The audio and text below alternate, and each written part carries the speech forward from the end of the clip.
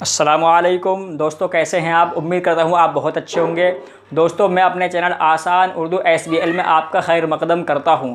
دوستو، آج کی ویڈیو بنانے کا جو میرا مقصد ہے شب برات کے متعلق ہے۔ شب برات قرآن و حدیث کی روشنی میں، یا شب برات قرآن و حدیث شب برات کے بارے میں کیا کہتا ہے، اس کے بارے میں آپ سے کچھ باتیں کروں گا۔ تو دوستو، اس سے پہلے کہ میں اپنی ویڈیو شروع کروں اور شب برات کے بارے میں آپ سے کچھ بات کروں، آپ سے درخواست کروں گا، آپ میرے چینل پر نئے ہیں تو میرے چینل آسان اردو SBL کو سبسکرائب کریں، بیل آئیکن کا بٹن پریس کریں، ویڈیو کو لائک کریں اور شیئر ضرور کریں تاکہ زیادہ سے زیادہ لوگ اس سے مستفید ہو سکیں۔ تو چلیے دوستو، آج کی ویڈیو ہم شروع کرتے ہیں۔ اور دوستو، ایک بات کا اور خاص خیال رکھیں کہ ویڈیو کو پورا دیکھیں تاکہ آپ کو پوری بات سمجھ میں آئے۔ چلیے دوستو، آج کی ویڈیو شروع کرتے ہیں۔ ہاں تو دوستو، جیسے میں نے بتایا کہ شب برات قرآن و حدیث کی روشنی میں، شب برات کے متعلق قرآن کیا کہتا ہے اور حدیث پاک شب برات کے متعلق کیا کہتی ہے، اس کے بارے میں آپ سے آج بات کروں گا۔ تو دوستو، قرآن کے بارے میں قرآن شب برات کے بارے میں کہتا ہے کہ وہ فضیلت کی رات ہے یا مبارک رات ہے۔ اتنا ہی ہے بس قرآن کریم میں، یہ صرف مبارک اور فضیلت کی رات بیان کی گئی ہے، لیکن احادیث مبارکہ میں اس کا بہت زیادہ تاکید اور اس کی بہت زیادہ اس کے بارے میں آیا ہے۔ لیکن احادیث مبارکہ میں ضعیف احادیث میں اس کی بہت زیادہ کثرت سے بیان کی گئی ہیں، اور ضعیف احادیث کو مفسرین اور مفکرین اور محدثین ضعیف احادیث کو عمل کے اعتبار سے نہیں لیتے ہیں۔ حدیث پاک میں شب برات کی فضیلت تو بیان کر دی گئی ہے، لیکن شب برات کے بارے میں کوئی مخصوص عمل بیان نہیں کیا گیا ہے۔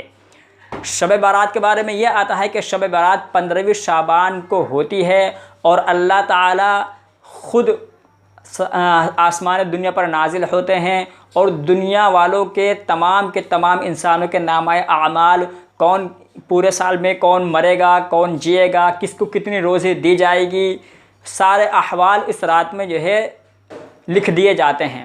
دوستو، یہ ضعیف احادیث ہے، حالانکہ قرآن کریم میں اس کے بارے میں انا انزلناہ فی لیلۃ القدر، یعنی یہ سارے احوال لیلۃ القدر کے بارے میں بیان کیے گئے ہیں، اور فقہاء کرام اور ائمہ اربعہ اور محدثین مفکرین کا بھی اس پر اتفاق ہے کہ یہ سارے احوال شب قدر کے بارے میں بیان کیے گئے ہیں۔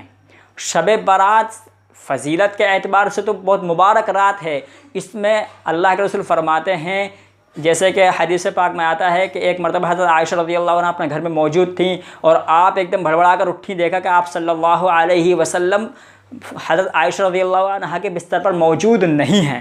آپ گھبرا گئیں، آپ نے صلی اللہ علیہ وسلم کو جو ہے تلاش کرنا شروع کیا، تو آپ جنت البقیع کے اندر اس حالت میں آپ ملے کہ آپ کے ہاتھ آسمان کی طرف اٹھے ہوئے تو گردن آسمان کی طرف اٹھی ہوئی تھی۔ حضرت عائشہ کو دیکھ کر آپ صلی اللہ علیہ وسلم نے فرمایا، عائشہ تو کیا یہ سمجھتی ہے کہ اللہ اور اس کا رسول تیری حق تلفی کرے گا؟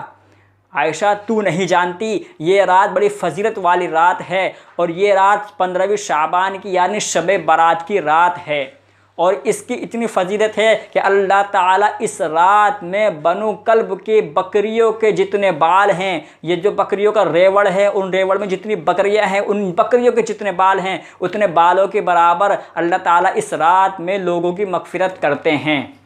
تو یہ فضیلت کی رات ہے دوستو۔ اس میں قیام کے بارے میں بتایا گیا، یعنی آپ نماز پڑھ سکتے ہیں، نفلی نماز پڑھ سکتے ہیں جہاں تک آپ سے ہو سکے، اور قرآن کریم کی تلاوت کر سکتے ہیں، اور فرض نمازوں کا زیادہ اہتمام اس میں کرنا چاہیے۔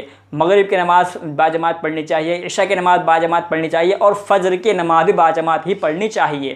لیکن آج کل بالکل اس کا اپوزٹ، اس کا الٹا ہو رہا ہے۔ ہم نے شب قدر کو تو بالائے طاق رکھ دیا، حالانکہ شب قدر کے بارے میں بیان کیا گیا ہے کہ وہ 1000 مہینوں سے بہتر ہے، اور شب قدر کو شب برات کو صرف فضیلت کی رات بیان کیا گیا ہے۔ شب قدر کی فضیلت زیادہ ہے، 1000 مہینوں کو قرآن کریم کھول کھول کر بیان کر رہا ہے، اور شب برات صرف فضیلت کی رات بیان کی گئی ہے، اور اس میں کوئی مخصوص عمل بھی کوئی بیان نہیں کیا گیا ہے۔ تو دوستو، شب برات میں جہاں تک اپنی طبیعت پر گرا نہ گزرے وہاں تک عبادت کرنی چاہیے، اللہ سے معافی تلافی کرنی چاہیے، اور ذکر و اذکار میں مشغول ہونا چاہیے۔ لیکن اس بات کا بھی خیال رکھنا چاہیے کہ جو عرب اور عجم میں ہوتا آ رہا ہے کہ جیسے لوگ صرف شب برات میں قرآن کریم کی تلاوت کرتے تھے، یا یہ کہ قرآن کریم کی تلاوت نماز کے اندر کرتے تھے، یا نفل نماز پڑھا کرتے تھے، یا کسی نے صلاۃ التسبیح پڑھ لی اور سو گیا اور دوسرے دن کا الحمدللہ روزہ رکھ لیا، تو یہ تو ساری چیزیں بحیثیت افضل ہیں، لیکن اس رات کو اتنا بڑھاوا دے دینا یہ بدعت میں شامل ہو جاتا ہے۔ جیسے کہ ہمارے معاشرے میں بہت زیادہ اس بات کو دیکھنے کو آتا ہے کہ اس رات میں پٹاخے جلائے جاتے ہیں، اس رات میں حلوہ بنایا جاتا ہے، اس رات میں لوگوں کو باقاعدہ دعوتیں کی جاتی ہیں، لوگ ریوڑ کے ریوڑ اکٹھا ہو کر بازاروں، مارکیٹوں اور چوراہوں پر، ہوٹلوں پر جمع ہوتے ہیں۔ تو یہ دوستو سیر و تفریح کی رات نہیں، اللہ تعالیٰ نے ایک رات ایک سال کے اندر آپ کو عطا فرمائی، اور آپ اپنے بحیثیت اس رات کو افضل سمجھیں اور اس میں عبادت کر سکتے ہیں۔ دوسری چیز، جیسے میں نے احادیث کے بارے میں بتایا کہ احادیث مبارکہ میں اس رات کی جب فضیلت بیان کی گئی وہ ضعیف احادیث ہیں، اور ضعیف احادیث کثرت سے بیان کی گئی ہیں، اور ابن خصیمین رحمۃ اللہ علیہ بیان کرتے ہیں کہ جب ضعیف احادیث کثرت سے بیان کی جاتی ہیں تو وہ ان احادیث کا مجموعہ اکٹھا کرنے کے بعد میں ان احادیثوں کو جب اکٹھا کیا جائے گا پھر وہ حسن غیری ہو جاتی ہیں، یعنی حسن غیر ہو جاتی ہیں، اور حسن غیری حدیث جو ہوتی ہے اس میں عمل کو ترجیح نہیں دی جاتی، بلکہ فرضیت کو یا افضلیت کو اس کی ترجیح دی جاتی ہے۔ حسن غیری کا مطلب یہ بہت زیادہ ضعیف احادیث جمع ہو گئیں، ان کا نچوڑ نکلا تو وہ حسن غیری ہو گئی۔ آپ صلی اللہ علیہ وسلم نے جیسے حضرت عائشہ سے بیان کیا کہ فضیلت کی رات ہے، اللہ تعالیٰ خود آسمان دنیا پر تشریف لاتا ہے اور تمام انسانوں کی اور اتنے انسانوں کی مغفرت کرتا ہے جیسے نے قبیلہ بنو کلب کے بکریوں کے ریوڑ اور بکریوں کے بال۔ لیکن دوستو ایک بات یاد رکھنا چاہیے، اس مبارک رات میں بھی، اس افضلیت والی رات میں بھی، یعنی شب برات میں 5 لوگ ایسے ہیں کہ اللہ تعالیٰ ان کی مغفرت نہیں کرتا ہے۔ 5 لوگ ایسے ہیں کہ اللہ تعالیٰ ان کی مغفرت کرتا ہی نہیں ہے۔ نمبر 1، مشرک، ایسا مشرک جو اللہ اور اللہ کے رسول کا بالکل انکار کرتا ہو، اس کی مغفرت اس رات میں بھی نہیں ہوتی۔ دوسرا ہے محاسن، وہ کہ جو پاجامہ یا لنگی محاسن وہ جو اپنے دل میں کسی مسلمان کے لیے، کسی بھائی کے لیے، کسی اپنے رشتہ دار کے لیے کینہ اور بغض رکھتا ہو۔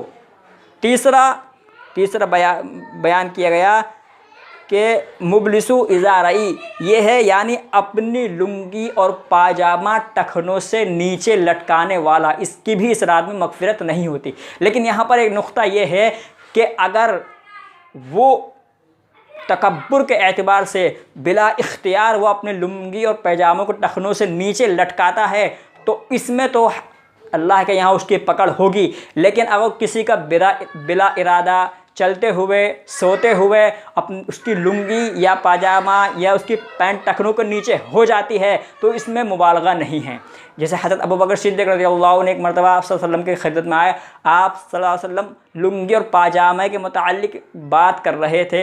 حضرت ابوبکر صدیق رضی اللہ عنہ نے کہا، اے اللہ کے رسول، ہم کبھی کبھی اس بے ارادہ سے ہوتے ہیں کہ میری لنگی یا میری چادر کبھی کبھی زمین سے گھسٹ جاتی ہے، حالانکہ اس میں میرے تکبر کرنے کا کوئی ارادہ نہیں ہوتا، تو کیا یہ وعید، اس وعید میں ہم بھی شامل ہو جائیں گے؟ تو آپ صلی اللہ علیہ وسلم نے فرمایا، اے ابوبکر، وہ شخص اس وعید میں شامل ہوگا جو تکبر اور گھمنڈ دکھانے کے لیے اور اپنا لباس لوگوں کو دکھانے کے لیے اپنا لنگی، پاجامہ یا پینٹ کو ٹخنوں کے نیچے کرتا ہے۔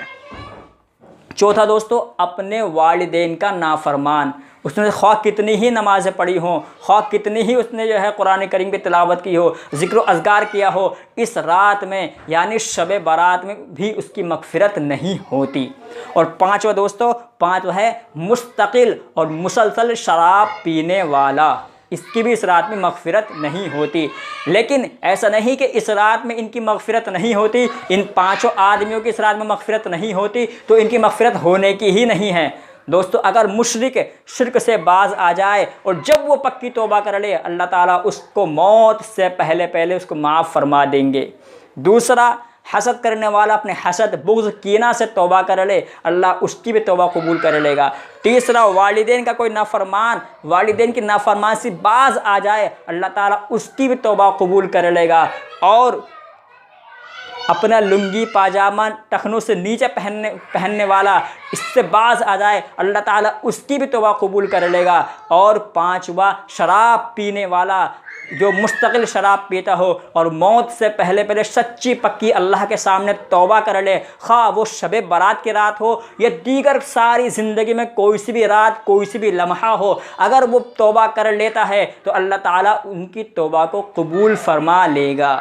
اس کے لیے نہ شب برات کی قید ہے، نہ شب قدر کی قید ہے، نہ رمضان شریف کی قید ہے، نہ اس کے لیے بیت اللہ جانے کی قید ہے، نہ اس کے لیے مسجد کے ممبر پر سر پٹکنے کی قید ہے۔ اس کے لیے جہاں آدمی جب اللہ کے سامنے رو کر گڑ گڑا کر سچی پکی توبہ کرے گا تو اللہ تعالیٰ ان پانچوں کی بھی مغفرت فرما دے گا۔